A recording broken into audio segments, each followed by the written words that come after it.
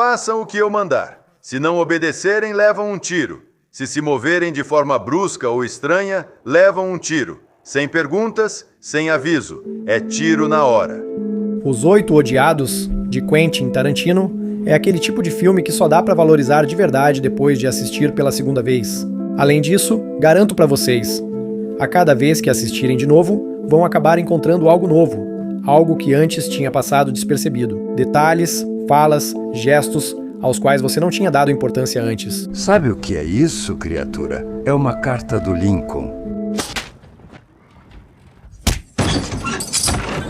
Esse filme pode ser assistido infinitas vezes, aproveitando a magia da atuação e mergulhando na atmosfera única criada por Quentin Tarantino.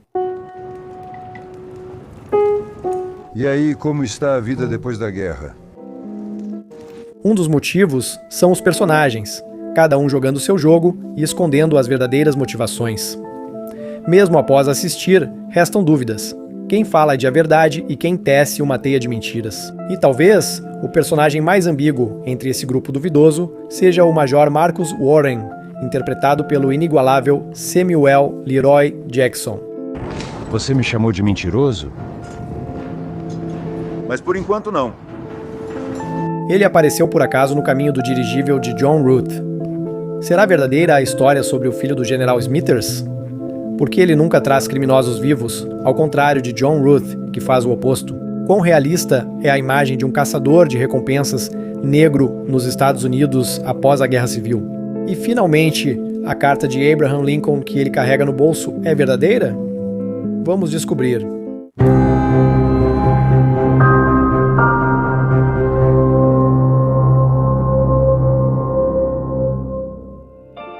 O que torna os filmes de Quentin Tarantino tão cultuados? Claro, são os diálogos brilhantes e as reviravoltas inesperadas na trama. Mas há outro detalhe sem o qual seus filmes não teriam tanto impacto, e isso é a edição. É justamente a edição que define o ritmo das cenas, cria tensão ou, ao contrário, relaxa, revelando os personagens e transformando cenas comuns em obras de arte.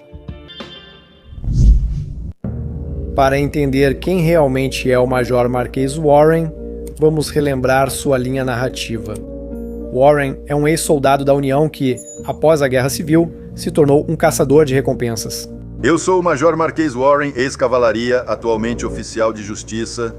Ele cruza o caminho da diligência em que John Ruth, conhecido como o Carrasco, está levando sua prisioneira, a perigosa criminosa Daisy Domergue, para entregá-la em Red Rock. Como se descobre, ele e John Ruth se encontraram 8 meses atrás, durante um jantar na cidade de Chattanooga. Nós já dividimos um jantar uma vez em Chattanooga. Lembre-se disso, vamos precisar em breve. Major Marquês Warren, este é Daisy Domergo. Ao chegarem à loja da Minnie, o Major sente algo estranho de imediato. Sua experiência e atenção o fazem perceber de imediato detalhes que passariam despercebidos por outros. Tem chapéus demais aqui.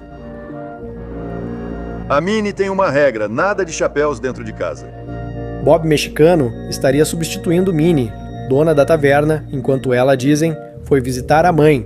Mas isso parece suspeito para o Warren, porque ele sabe que a Minnie não gosta de mexicanos. O olhar atento do Major também percebe, imediatamente, a cadeira do Dave, na qual ele não permitia que ninguém além dele mesmo se sentasse.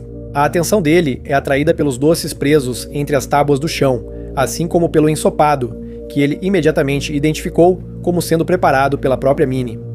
Sem entender completamente o que está acontecendo, ele decide apenas observar por enquanto, mas apoia John Ruta quando este decide desarmar todos os presentes. Fique calmo, pegue o revólver. Além disso, essa é a única maneira de continuar armado, já que John Ruta tira as armas de todos, exceto do Major. Tudo muda quando alguém coloca veneno no café e John Ruta e Obi morrem. O Major coloca todos contra a parede, certo de que controla tudo, mas será surpreendido por alguém que não esperava. No porão está escondido Jody Domergo, o irmão da prisioneira. Esse é o erro fatal do Major, que muda completamente o rumo dos acontecimentos. Diga adeus às suas bolas.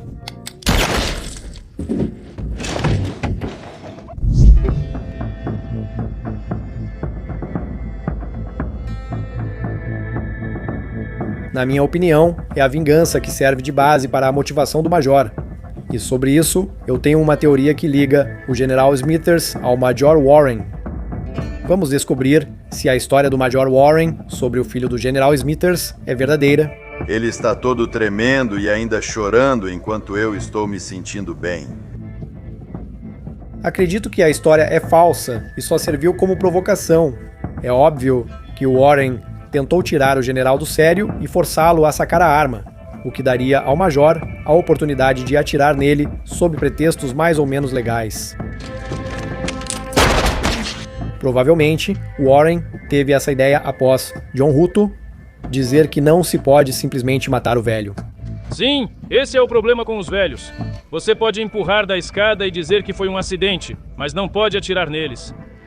O Major claramente tenta tornar sua história o mais vívida e chocante possível, contando-a em todos os detalhes. Apresentaram um quadro. Seu filhinho. Muito provavelmente, o final, onde ele faz o Chester moribundo rastejar até o Johnson dele, foi inventado. É uma situação arriscada demais. O prisioneiro poderia atacar, tentar pegar a arma ou, no final das contas, deixar o Warren sem o que era mais importante. Mas aqui surge outra questão. Será que o Major realmente conhecia o filho do Smithers? E será que ele realmente o matou? E a resposta, ao que me parece, é sim. Pode-se supor que o Warren ouviu a conversa do general com o xerife Mannix sobre sua visita a Red Rock. O que o trouxe a Wyoming, senhor? Meu filho, Chester Charles Smithers, morreu aqui há alguns anos. O general diz que o filho dele desapareceu por estas bandas há 2 anos. Ele veio para cá, para as montanhas de Wyoming, em busca de sorte. Ele vem aqui para enterrá-lo simbolicamente. Comprei para ele um terreno simbólico no cemitério de Red Rock. Estou indo conversar com o pedreiro sobre o monumento para o túmulo. Mas aqui tem uma inconsistência. Nesse momento, Warren não estava no recinto. Ele estava no estábulo com o mexicano Bob. Eu sei, Sr. Bob. Estava te testando. Eles até nos mostram pela janela.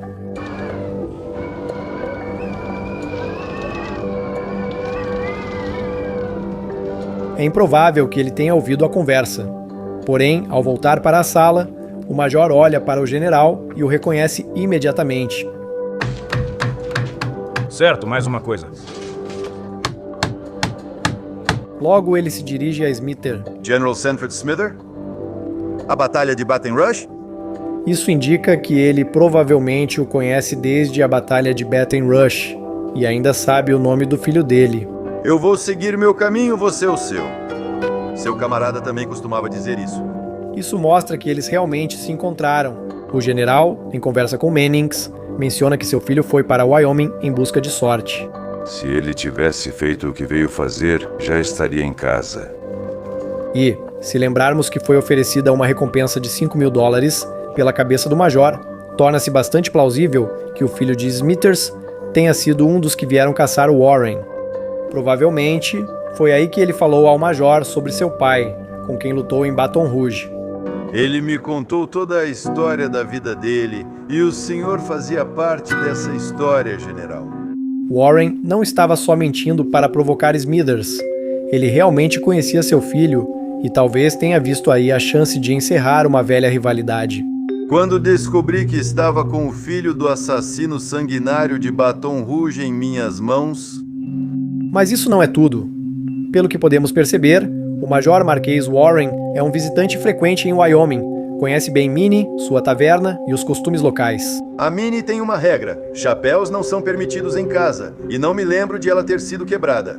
Além disso, ele tem uma relação amigável com o Dave. Essa é a poltrona favorita do Dave. Warren veio aqui há 2 anos, quando havia uma placa na porta sobre mexicanos. Se você estivesse aqui 2 anos e meio atrás, teria visto uma placa pendurada bem acima do bar. Há 6 meses, quando comia o ensopado da Minnie. Sim, faz 6 meses que não como o ensopado da Minnie.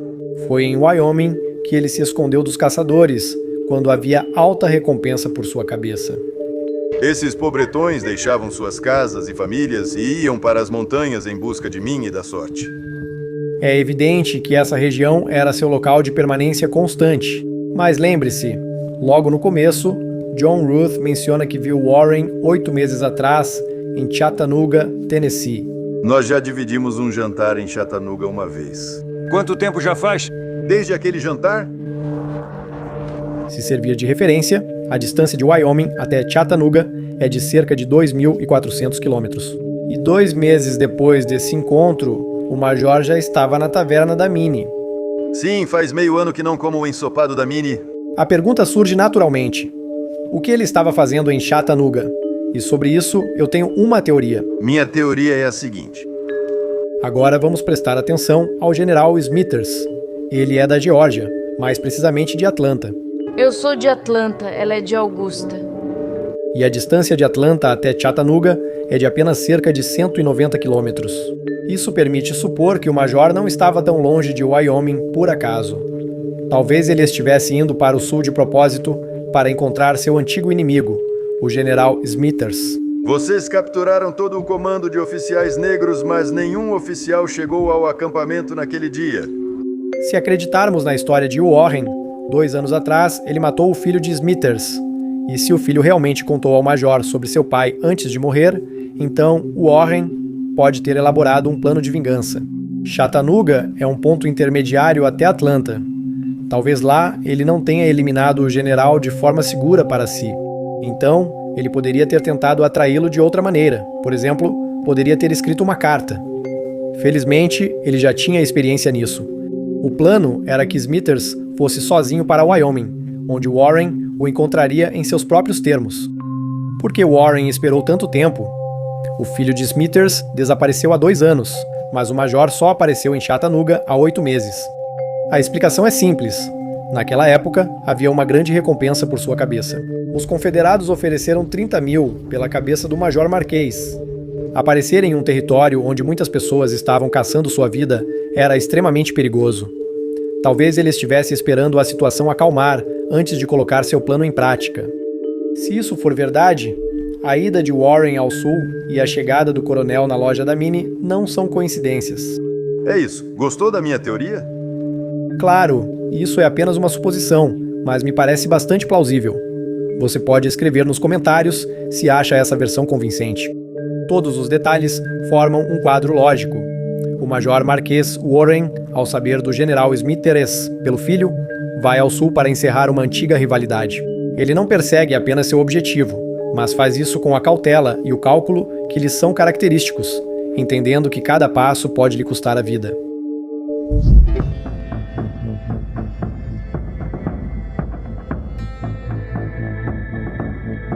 Como se sabe, o Major Marquês Warren sempre trazia os criminosos mortos, ao contrário do enforcador John Ruta.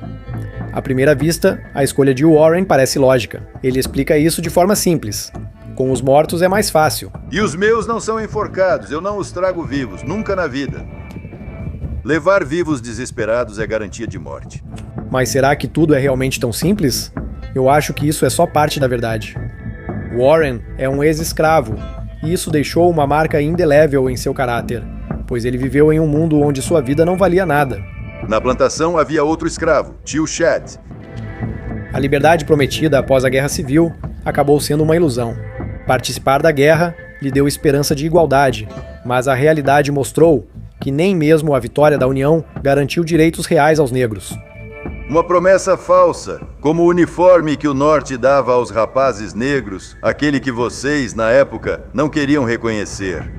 Por isso, o Major carrega consigo uma carta de Lincoln, que na verdade é falsa, mas para Warren, ela é a proteção que ele nunca recebeu. Você não faz ideia de como é ser um rapaz negro vivendo na América, e esse papel, ele desarma todo mundo. Chris Mannix acha que o Major não liga para ideais e que ele participou da guerra porque gosta da impunidade. Te acusaram de ser obcecado por assassinatos e de ter ido para a guerra só para matar brancos, enquanto todos esses azuis contra cinzas não sabem de nada. Acho que isso é verdade em parte, mas a real razão é a injustiça que ele sofreu, ainda mais considerando o tempo que passou em um campo de prisioneiros de guerra. Um campo de prisioneiros de guerra na Virgínia Ocidental. Você conseguiu sair? Esses campos eram um verdadeiro inferno na Terra, onde as pessoas morriam de doenças, fome e maus tratos. Após tudo isso, Warren provavelmente perdeu a fé na humanidade e na justiça, acreditando que precisava agir como achasse necessário para sobreviver. Os sulistas encararam a minha existência como uma ofensa pessoal. Todas essas circunstâncias criam o retrato de uma pessoa cujas ações são motivadas pela dor, raiva e desejo de vingança. Cada criminoso morto não é apenas a eliminação de uma ameaça, mas também um ato de restauração da sua justiça pessoal. O Warren se tornou seu próprio juiz, carrasco e o único apoio em um mundo que sempre esteve contra ele. Portanto, na minha opinião, é justamente a vingança que está na base da motivação do Major. O Major Warren é um homem cuja vida foi moldada sob o peso da escravidão, cuja decepção com os ideais da guerra civil o transformou de soldado em caçador de recompensas. A liberdade pela qual ele lutou acabou sendo uma ilusão, e a promessa de igualdade apenas palavras. Além disso, Warren esteve em cativeiro, onde aprendeu por experiência própria que neste mundo só se pode contar consigo mesmo e com a própria força. Tudo isso o tornou cínico, mas não o quebrou.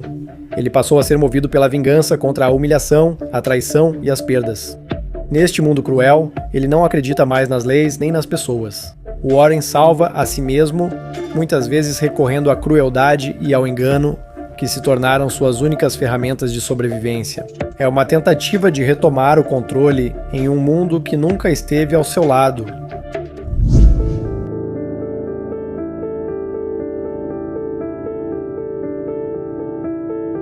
Quão realista é a imagem do Major Marquês Warren? Afinal, se pensarmos bem, esse personagem levanta muitas questões. Um caçador de recompensas negro, ex-escravo, muito bem educado, habilidoso com armas e que circula livremente pelo país numa época em que o racismo fazia parte do cotidiano. Isso não parece fantasia demais? Enquanto muitos ex-escravos enfrentavam discriminação e ameaças, Warren viaja livremente pelo país, colaborando com as autoridades e recebendo recompensas por crimes. Um dos meus companheiros vale 4.000, outro vale 3 e o terceiro vale 1.000. Isso já é o suficiente para mim. Mesmo com a vitória do Norte na Guerra Civil dos Estados Unidos, a sociedade permaneceu racista por muito tempo. E imaginar que um afro-americano possa trabalhar em uma profissão tão perigosa e independente parece duvidoso para muitos. Vamos acabar com essas dúvidas. Um negro instruído no século XIX, mesmo sendo escravo, não era algo tão raro assim. Alguns escravos, especialmente aqueles que trabalhavam nas casas de seus senhores, recebiam educação, mesmo que limitada. O Major Warren poderia muito bem ter aprendido a ler e escrever antes da guerra, e depois que ela terminou, aprimorado suas habilidades. Quanto à sua atividade profissional, aqui é apropriado mencionar uma pessoa que realmente existiu. Apresento a vocês Bass Reeves, nascido em julho de 1838 no Arkansas, ex-escravo, pistoleiro, fazendeiro e delegado federal adjunto. Sua história é realmente impressionante. Reeves falava 5 idiomas de tribos indígenas, o que o tornava um rastreador indispensável no território indígena. Como delegado federal, durante sua carreira, ele prendeu de 3 a 4 mil criminosos e matou cerca de 20 pessoas em tiroteios. Ele rastreou e eliminou o famoso criminoso Jim Webb, que era responsável por mais de 11 assassinatos. Além disso, Reeves o conseguiu capturar o assassino Vale Biara junto com sua gangue, que incluía Jude Simmons e Sam Leslie. Além disso, ele participou de um tiroteio com um bandido chamado Frank Bach, que acabou sendo morto a tiros por ele. Bass sobreviveu à morte da esposa, acidentalmente atirou em seu próprio cozinheiro e foi forçado a prender seu próprio filho, acusado de assassinar a esposa. Bass Reeves virou herói de vários programas, filmes e livros. Em sua homenagem, ergueram uma estátua no Parque Pendergrass, Arkansas, e uma ponte em Oklahoma leva seu nome. Em 2023, Reeves foi incluído no Hall da Fama dos Cowboys no Texas. Droga! Levantar ou não levantar, a decisão é sua. Eu vou me levantar. Então levante-se. Se compararmos com o Major Warren, fica claro. A história real de Reeves não só não fica atrás, como talvez até supere a imagem fictícia do Major. Ambos são exemplos de incrível resistência e força de espírito de pessoas que enfrentaram o sistema.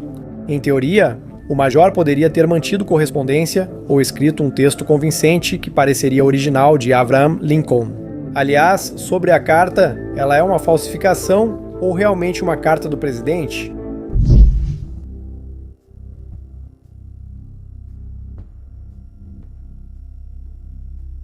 Há uma teoria de que a carta de Abraham Lincoln, que o Major Marquis Warren carrega, não é falsa. Uma carta de Lincoln para ele. Eles trocavam correspondências durante a guerra, os amigos trocavam cartas. Alguns críticos afirmam que o documento é autêntico e baseiam seus argumentos em alguns detalhes. Primeiro, a reação de Warren quando Daisy Domergue cospe na carta. Nesse momento, em seus olhos se vê horror e indignação que, segundo os defensores da teoria, não podem ser explicados se a carta for falsa. O Major é um grande mentiroso e dizer que a carta é falsa seria mais uma de suas mentiras. E a relutância comum em discutir com Mannix, quando ele abertamente questiona a autenticidade da carta. Dizem que você tem uma carta do Lincoln. O que eu te disse, seu idiota? Me deixa em paz. Isso é visto como tentativa de evitar conflito ou parte de um jogo dele. Porém, esses argumentos não resistem à crítica. A verdadeira verdade é revelada na cena final, quando ele entrega a carta para Mannix ler. Posso dar uma olhada nessa carta? O xerife o elogia. Velha Mary Todd, bendito.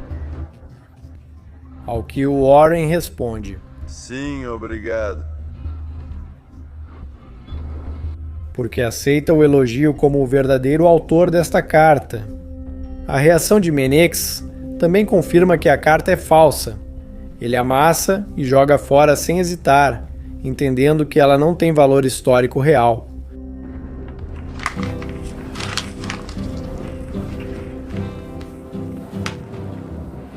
O próprio Major admite que está mentindo. Então era mentira? Bem, naturalmente. E explique por que ele precisa da carta. Você não faz ideia de como é ser um cara negro vivendo na América. E esse papel desarmava todo mundo. A carta é falsa, mas, sem dúvida, reflete a genialidade do seu autor. Fica ainda mais claro por que a carta de Lincoln era tão importante para o Major Marquês Warren ao lembrarmos o contexto histórico. A Guerra Civil terminou com a vitória da União e o fim oficial da escravidão, mas a vida dos afro-americanos não melhorou radicalmente. Os negros, incluindo aqueles que lutaram pelo exército da União, se sentiam enganados. Apesar das esperanças de igualdade e liberdade, a realidade era diferente. Muitos se alistaram no exército acreditando que, após a guerra, seriam reconhecidos como cidadãos plenos, mas suas expectativas foram destruídas pela barreira da discriminação e da injustiça. Os caras negros estão seguros quando os caras brancos estão desarmados. Aliás, a dublagem, como sempre, escondeu muitos momentos que apontam diretamente para isso. Por exemplo, Warren diz: Foi apenas uma promessa mentirosa de um cara negro, tipo o uniforme que o Norte dava para os caras de cor. Mas no original ele diz: quais? Tipo aqueles uniformes que a União dava para os soldados de cor. Soldados de cor? Não são só caras de cor. A União fornecia aos soldados de cor. O Norte abastecia soldados de cor. Esse é um tipo específico de tropa. Eles eram chamados de Tropas de Cor dos Estados Unidos, abreviado como USCT, ou seja, Tropas de Cor dos Estados Unidos, onde apenas soldados negros eram recrutados. Essas unidades desempenharam um papel enorme na Guerra Civil, mas sua situação deixava muito a desejar. Elas eram geralmente comandadas por brancos, enquanto a promoção para soldados negros era limitada. Eles recebiam um salário menor do que os brancos. Muitas vezes eram pior equipados e corriam mais riscos no campo de batalha do que seus companheiros brancos. A taxa de mortalidade deles era 35% maior do que a das outras tropas. Eles lutaram pela liberdade que lhes foi prometida, mas no final, testemunharam como sua contribuição foi esquecida. O cobertor era apenas uma promessa falsa de um rapaz negro, como o uniforme que o Norte dava aos rapazes de cor. Aliás, a dublagem distorceu não só essa frase. Por exemplo, Warren é chamado de Major Sangrento. Como vai, Major Sangrento? É uma quantidade considerável, Major Sangrento. Major Sangrento. Embora, no original, ele não seja nenhum Major Sangrento. Ele é o Major Negro. Como vai, Major Negro? Major Negro. Major Negro. O que, mais uma vez, destaca o tema do racismo, e eu acho que foi justamente o tema do racismo que formou a abordagem dele à vida e à justiça. Cada personagem de Os Oito Odiados merece uma análise separada, pois muitas vezes, por trás de suas ações e palavras, se esconde muito mais do que parece à primeira vista. Eu já analisei personagens como John Root e Oswaldo Mobray. Essas análises você encontrará em uma playlist especial, cujo link aparecerá na sua tela e na descrição do vídeo. E, se vocês quiserem que eu continue e analise os outros integrantes desse grupo de 8, tudo depende do engajamento de vocês.